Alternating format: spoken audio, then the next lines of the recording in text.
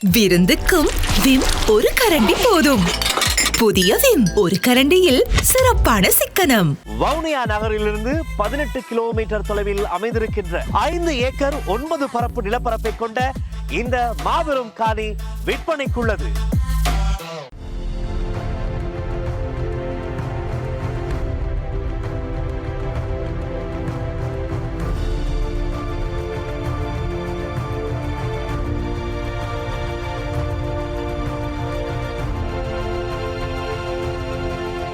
வணக்கம். இது ஐபிசி தமிழின் செய்தி வீச்சு. இன்றைய செய்தி வீச்சிலும் இலங்கை மற்றும் உலக நிலவரங்கள் காத்திருக்கின்றன.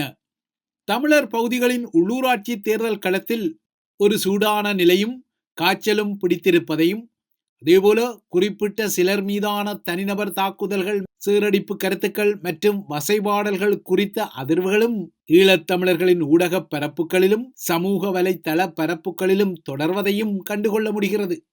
உள்ளூராட்சி தேர்தல் களத்தை பொறுத்தவரை கைகளில் கோப்புகளை காவியபடி செல்லும் அரசியல் முகங்கள் தத்தமது தரப்பில் வேட்புமனுக்களை தாக்கல் செய்வதையும், கட்டுப்பணங்களையும் செலுத்துவதையும், ஊடகங்களுக்கு செவ்விகளை வழங்குவதையும் சமகால நாட்களில் அதிகமாகவே காண முடிகிறது. இதற்கும் அப்பால் இந்த தேர்தல் களத்தில் புதிய அணிகளின் உருவாக்கங்களை கூறும் புரிந்துணர்வு ஒப்பந்த காட்சிகளும், அதேபோல சொந்த கட்சியில் இருக்கக்கூடிய உள்ளக குடிமிப்பிடிகளை மையப்படுத்திய வழக்கு விசாரணைகள் என்ற உபரி காட்சிகளும் தமிழர் பகுதிகளில் தெரிகின்றன. அந்த வகையில் சூமந்திரன் எதிர் குருபரன் என 2 பிரபல சட்டவாள முகங்கள் தோன்றிய வழக்கு ஒன்று இன்று யாழ் நீதிமன்ற அரங்கத்துக்கும் வந்தது. தமிழரசில் இருந்து தன்னை இடைநீக்கம் செய்த கட்சியின் மத்திய குழுவின் முடிவை சவால் செய்து தமிழரசின் முக்கிய உறுப்பினரான வைத்தியர் சிவமோகன் இந்த வழக்கை தாக்கல் செய்திருப்பதால் அதன் அதிர்வுகளும் எதிர்நோக்கப்படுகின்றன. கிழக்கின் தேர்தல் காட்சிகளை பொறுத்தவரை பிள்ளையானும் வியாழேந்திரனும் இணைந்து உருவாக்கிய கிழக்கு தமிழர் கூட்டமைப்பு என்ற புதிய அணியின் பிரசன்னம் கருணாவின் பிரசன்னம் இல்லாமல் தெரிந்தது. இதேபோல வடக்கின் சுயேச்சை சக சர்ச்சை நாடாளுமன்ற உறுப்பினரான அர்ச்சுனாவும் இந்த தேர்தல் களத்தில் தனது அணியை முன்னகர்த்த தலைப்படுவதால் யாழ் மாநகர சபைக்கான களத்தில் தனது சட்டவாளர் கௌசல்யாவை முதல்வர் வேட்பாளராக அறிவித்து அவரும் தனது அணிக்குரிய கட்டுப்பணத்தை செலுத்தி வருகிறார். இதற்கிடையே தமிழர் பகுதிகளில் உள்ள உள்ளூராட்சி களங்களை தமது தரப்பே கைப்பற்றும் என்ற சூளுரைகளுடன் இக்கேடிஆரின் சிஸ்டம் சேஞ்ச் தமிழ் குரல்களும் ஒலித்துக் கொள்கின்றன. ஆனால் அதே சமகாலத்தில் தமிழ் பகுதிகளில் உள்ள சகல உள்ளூராட்சி மன்றங்களிலும் தமிழரசு கட்சியை ஆட்சியை கைப்பற்றும் என சுமந்திரனும் தனது தரப்பில் நம்பிக்கை வைத்து குரல் கொடுக்கிறார். மறுபுறத்தே சுயநல அரசியல் லாபத்துக்காக தமிழரசை அவரே பலவீனப்படுத்தி கொண்டதான சுட்டுவிரல் நீட்டுதல்களும் இன்னும் அகலாத நிலையில் அவரை துரத்தி கொள்கிறது. இதேபோல கட்சியில் அவருடன் முரண்படும் தோற்றப்பாட்டை கொண்ட இன்னொரு முகமான ஸ்ரீதரன் தரப்பும் கிளிநொச்சி மாவட்டத்தில் உள்ள பிரதேச சபைகளுக்கான வேட்புமனுக்களை நேற்று தாக்கல் செய்தது. இதற்கிடையே தமிழர் தரப்பில் உள்ள சட்டவாள பெண் செயற்பாட்டாளரான சுவாஸ்திகா அருள் லிங்கத்துக்கு எதிராக சுயேச்சை நாடாளுமன்ற உறுப்பினர் அர்ச்சுனா வெளியிட்ட பாலியல் ரீதியான வன்முறை கருத்துக்கள் குறித்து விசாரணைகளை நடத்தி அவர் மீது நடவடிக்கை எடுக்குமாறு ஸ்ரீலங்கா நாடாளுமன்றத்தின் சபாநாயகரிடம் இக்கேடிஆர் தரப்பின் அவை தலைவர் பிமல் ரத்நாயக்கா கோரிக்கை விடுத்த நகர்வும் உற்று நோக்கப்படுகிறது. ஆனால் மறுபுறத்தே குறித்த பெண் குறித்து தான் நாடாளுமன்றத்தில் இதுவரை எந்த கருத்தையும் தெரிவிக்கவில்லை எனவும், இந்த விடயத்தில் முடிந்தால் நாடாளுமன்ற பதிவேடான ஹன்சாட்டை தேடி பார்க்கவும் என சொல்லிக்கொள்ளும் அர்ச்சுனா சமூக பொறுப்பின் அடிப்படையில் ஒரு பெண்ணின் நடத்தை குறித்து தான் நாடாளுமன்றத்தில் பேசியதாக குறிப்பிட்டாலும் அட்டெண்டன்ஸ் சீக்கிங் எனப்படும் தன் மீதான குவியப்படுத்தலை செய்வதற்காக அர்ச்சுனா அண்மைய நாட்களில் எடுக்கும் சர்ச்சையான திருப்பங்கள் மற்றும் நகர்வுகளில் அவர் பயன்படுத்தி வரும் சொல்லாடல்கள் அதிர்ச்சிக்கும் விசனத்துக்கும் உரியதாக மாறி வருவதால் அது அவருக்கு முன்னர் இருந்த ஆதரவு வட்டத்தை கடுமையாக சுருக்க வைத்திருப்பதையும் மறுத்துக்கொள்ள முடியாது. இந்த நிலையில் ஸ்ரீலங்காவின் ஆட்சி தரப்பில் உள்ள ஏகேடிஆர் தரப்பு கடந்த வருட பொது தேர்தலில் வந்தது போன்ற ஒரு அலை இந்த உள்ளூராட்சி தேர்தலிலும் தமக்கு தமிழர் பகுதிகளில் அடிக்கும் என நினைத்து கொண்டாலும் ஏகேடிஆர் ஸ்ரீலங்காவின் முதன்மை தலையாரி பொறுப்பில் ஏறி இந்த வாரத்துடன் அரை வருட காலம் முடிவுக்கு வரும் போதிலும் இதுவரை அவர் குறிப்பிட்ட சிஸ்டம் சேஞ்ச்களை இலங்கையர்கள் சாதகமாக பெற்றுக்கொள்ளவில்லை.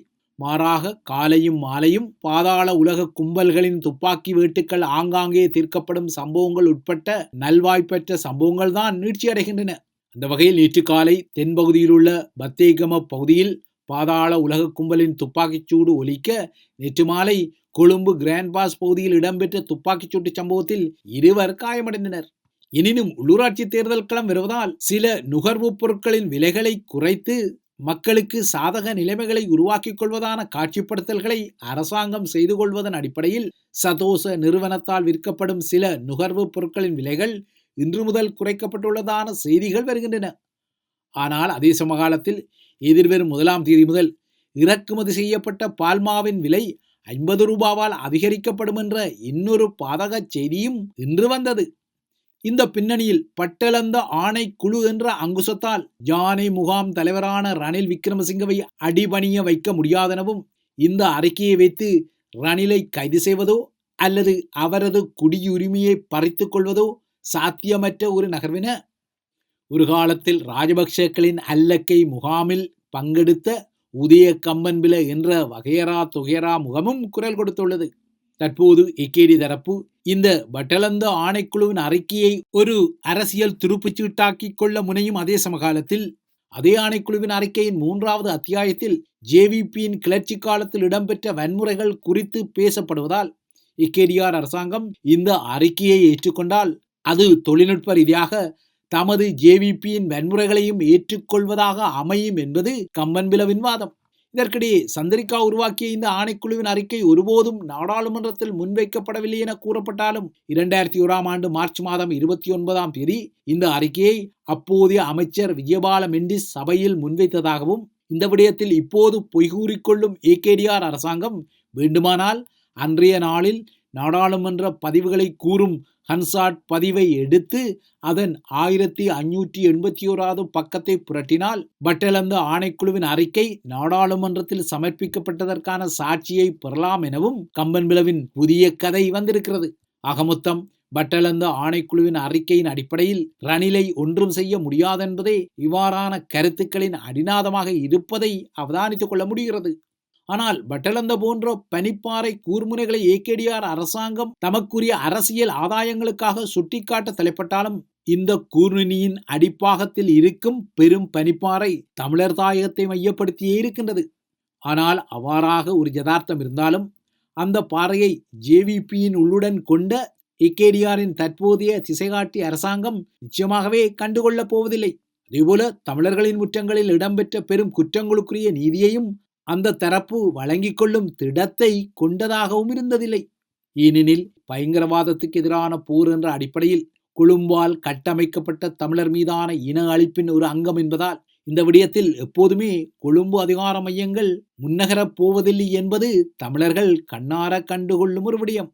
இதற்கு உதாரணமாக இன்று எவ்வாறு ஏகேடிஆர் அரசாங்கம் சிஸ்டம் சேஞ்ச் என்ற கொட்டலியுடன் ஆட்சியை பிடித்துக் கொண்டதோ 90களில் அன்று தன்னை சமாதான தேவதையாக காட்டிக்கொண்ட சந்திரிகாவும் இவ்வாறான சமாதான கொட்டொலிகளுடன் ஆட்சியை பிடித்தாலும் அதன் பின்னர் நடந்தது என்ன என்பதை தமிழினம் நன்றாகவே அறிந்து கொள்ளும்.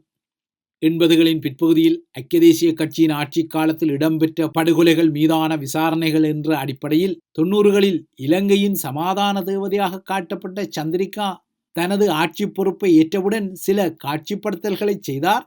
அவ்வாறாக செய்யப்பட்ட ஒரு காட்சிப்படுத்தல் தான் பட்டளந்த ஆணைக்குழு என்ற விடயம். ஆனால் அன்று சந்திரிகா பட்டளந்த என்ற விடயத்தை கையில் எடுத்த போது அதன் ஒருமுனை அப்போது தமிழர் தாயகத்துடன் போர் புரிந்த படைய முகங்களை உரசி கொண்டதால் தனது மாமனாரும் ஸ்ரீலங்காவின் அப்போதைய பாதுகாப்பு அமைச்சராகவும் இருந்த அனுர ரத்வத்தையின் கண்டனத்தையும் எச்சரிக்கையையும் பெற்றுக்கொண்டவர் சந்திரிகா. இதனால் தான் அவர் இவ்வாறான ஆணைக்குழு குறித்த மேலதிக நகர்வுகளை கைவிட்டார். அன்று சந்திரிகாவிடம் ரத்வத்தை கேட்ட வினா பிரபலமானது. எமது படையினரை விடுதலை புலிகளுடன் போர் புரிய அனுமதிக்கப் போகின்றாயா அல்லது ஜேவிபியினர் மீதான மனித உரிமை மீறல்கள் என்ற விடயத்தில் படையினரை இழுத்தெடுத்து இந்த போரை குழப்பிக்கொள்ளப் போகின்றாயா என்பதே அனுரத்த ரத்வத்த சந்திரிகாவிடம் தொடுத்த வினாவாக இருந்தது. இந்த 2 வினாக்களில் ஒரு முடிவை எடுத்த சந்திரிகா பட்டளந்த விசாரணைகள் போன்ற விடயத்தில் முன்னகர்வை செய்யவில்லை. ஆனால் ஆட்சி பொறுப்பை ஏற்க முன்னர் சமாதான தேவதை வீடம் போட்ட அதே சந்திரிகாதான் அதனை விட மோசமான படுகொலைகளை தனது ஆட்சியில் தமிழர் தாயக பகுதியில் கட்டவிழ்த்து விட்டார். அதன் அடிப்படையில் தான் யாழ் குடா மீதான சூரிய கதிர் நடவடிக்கையும் நவாலி தேவாலய குண்டுவீச்சு படுகொலைகளை கண்டுகொண்ட முன்னோக்கி பாய்தல் உட்பட்ட பல நடவடிக்கைகளும் தமிழர் தாயகத்தின் இருப்பை சிதைத்துக் கொண்டன. அந்த வகையில் நோக்கினால் அன்றைய சமாதான தேவதை சந்திரிகாவும் சரி இன்றைய சிஸ்டம் சேஞ்ச் அனுர தரப்பும் சரி தமிழர்களின் விடயத்தில் எதனை அனுமதித்துக் கொள்ள வேண்டும் எதனை அனுமதித்துக் கொள்ள கூடாது என்ற விடயத்தில் மிக தெளிவாகவே இருப்பது யதார்த்தமான விடயம். ஆனால் இந்த தெளிவு நிலையை கிரகணப்படுத்தி கொண்டு தமிழர்களின் முற்றங்களில் சமாதான தேவதைக்கான குரலுக்கும் சிஸ்டம் சேஞ்ச் என்ற குரலுக்கும் இசைவு தெரிவிக்கும் தமிழர்களும் கணிசமாக இருக்கத்தான் செய்கிறார்கள். தமிழர்களின் விடயத்தில் மட்டுமல்ல, இந்திய பெரியனர் போன்ற பெரிய வீடுகளை எவ்வாறு கையாள்வது என்ற விடயத்திலும் ஏகேடிஆர் தரப்பு இப்போது ஒரு தெளிவாக இருப்பதாக தெரிவிக்கப்படுகின்றது. இதனால் தான் இலங்கையில் தமக்கு இன்னும் வேலை இருக்கின்றது என்பதை பெரியனர் வீட்டின் அதானி குழுமம் குறிப்பிடுகிறது. இந்த பதிவுகளில் ஏற்கனவே அதானி குழுமம் இலங்கையிலிருந்து வெளியேற மாட்டாது, ஆனால் அவ்வாறு வெளியேறுவதாக குறிப்பிடும் விடயம் ஒரு போக்குக்காட்டலாகவே இருக்கும் என்ற விடயம் சுட்டிக்காட்டப்பட்ட நிலையில் அவ்வாறான சுட்டிக்காட்டுதல்களில் உண்மை இருக்கும் என்பதை புதிய செய்திகள் ஆதாரப்படுத்திக் கொள்கின்றன. அந்த வகையில் மன்னார் பூநகரி மின் திட்டங்களை தனது நிகழ்ச்சி நிரலில் வைத்திருக்க அதானி குழுமம் இன்னும் ஆர்வமாக இருப்பதால் இந்திய பிரதமர் நரேந்திர மோடியின் அடுத்த மாத கொழும்பு பயணத்தில் இந்த விடயங்கள் சுபமாக ஒப்பேற்றப்படவும் கூடும். இப்போது இந்த விடயத்தில் இரண்டு தரப்புக்கும் இடையில் சிக்கலாக உள்ள மின்சார கட்டண இழுபறியில் இரண்டு தரப்பும் ஒரு உடன்பாட்டுக்கு வர வாய்ப்புள்ளதாக இந்திய பெரியனர் வீட்டு ஊடகங்கள் குறிப்பிடுகின்றன. இவ்வாறு ஒரு இணக்கப்பாடுகளை எட்டுவதற்குரிய பேச்சுக்கள் இப்போது தீவிரமாக இடம்பெறுவதால் இரண்டு தரப்பும் ஒப்புக்கொள்ளக்கூடிய கட்டண விகிதம் விரைவில் அறிவிக்கப்பட்டு மன்னார் பூநகரி திட்டத்தின் பணிகள் எதிர்வரும் ஜூன் மாதத்தில் தொடங்கும் எனவும் எதிர்வு கூறல்கள் வந்துள்ளன. அகமொத்தம் இலங்கையின் உள்ளூராட்சி தேர்தல் களமாகட்டும் அல்லது இலங்கை தீவு மீது கடல் கடந்து இருக்கும் பெரிய இடங்கள் மீதான ஆர்வமாக இருந்தாலும் தமக்குரிய சுயலாப வியூகங்கள் முனைப்பு பெறுவதை சமகால நாட்கள் மிக தெளிவாகவே காட்டியுள்ளன.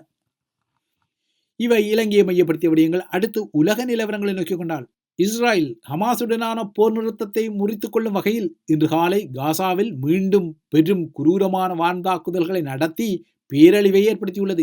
இஸ்ரேல் நடத்திய இந்த தாக்குதல்கள் ஐநா உட்பட்ட உலக அமைப்புகளை பெரும் அதிர்ச்சிக்குள்ளாக்கி இஸ்ரேல் மீதான கண்டனங்களையும் வலுக்க வைத்துள்ளது. இன்று அதிகாலை காசாவின் வடக்கு முதல் தெற்கு பகுதிகள் வரை பல இடங்களில் வான்வழி தாக்குதல்கள் நடத்தப்பட்டன. இந்த பதிவு பதியப்படும் வரை இந்த தாக்குதல்களில் 350 பேருக்கு மேல் பலியாகியுள்ளனர். நூற்றுக்கணக்கானோர் காயமடைந்துள்ளனர். பலியானவர்கள் மற்றும் காயமடைந்தவர்களில் அதிகமானோர் வழமை போலவே அப்பாவி பொதுமக்களாகவே உள்ளனர். பல பகுதிகளில் இஸ்ரேலிய விமானங்கள் குண்டுகளை வீசிக்கொண்டதால் அந்த குண்டுவீச்சால் தகர்ந்த கட்டிடங்களின் இடிபாடுகளுக்குள் இன்னமும் மக்கள் சிக்கியுள்ள அவலம் மீண்டும் உருவாகியுள்ளது. தாம் நடத்திய தாக்குதல்கள் யாவும் ஹமாஸின் இலக்குகள் மீதான தாக்குதல்கள் என வலிமையாக அறிவித்துள்ள இஸ்ரேலிய பிரதமர் பெஞ்சமின் நெத்தன்யாகு ஹமாஸுக்கு எதிராக தமது இராணுவ வலிமை தொடர்ந்தும் பயன்படுத்தப்படும் என இஸ்ரேலிய மக்களுக்கு ஒரு உறுதியை வழங்கியதன் மூலம் காசாவை மையப்படுத்தி 2 மாத காலமாக நிலவிய போர் நிறுத்தம் முறிவுக்கு வந்தமை ஆதாரப்படுகிறது. இந்த நிலையில் போர் நிறுத்த ஒப்பந்தத்தை இஸ்ரேல் முறியடித்ததாகவும் காசாவில் உள்ள பணைய கைதிகளின் விதியை ஆபத்தில் ஆழ்த்தியுள்ளதாகவும் இஸ்ரேலின் இந்த புதிய வான்வழி தாக்குதல்கள் அந்த பகுதியில் தடுத்து வைக்கப்பட்டுள்ள இஸ்ரேலிய பணைய கைதிகளுக்கு ஒரு நேரடியான மரண தண்டனை அச்சுறுத்தலை உருவாக்கியுள்ளதாகவும் ஹமாஸ் குற்றம் சாட்டியுள்ளது.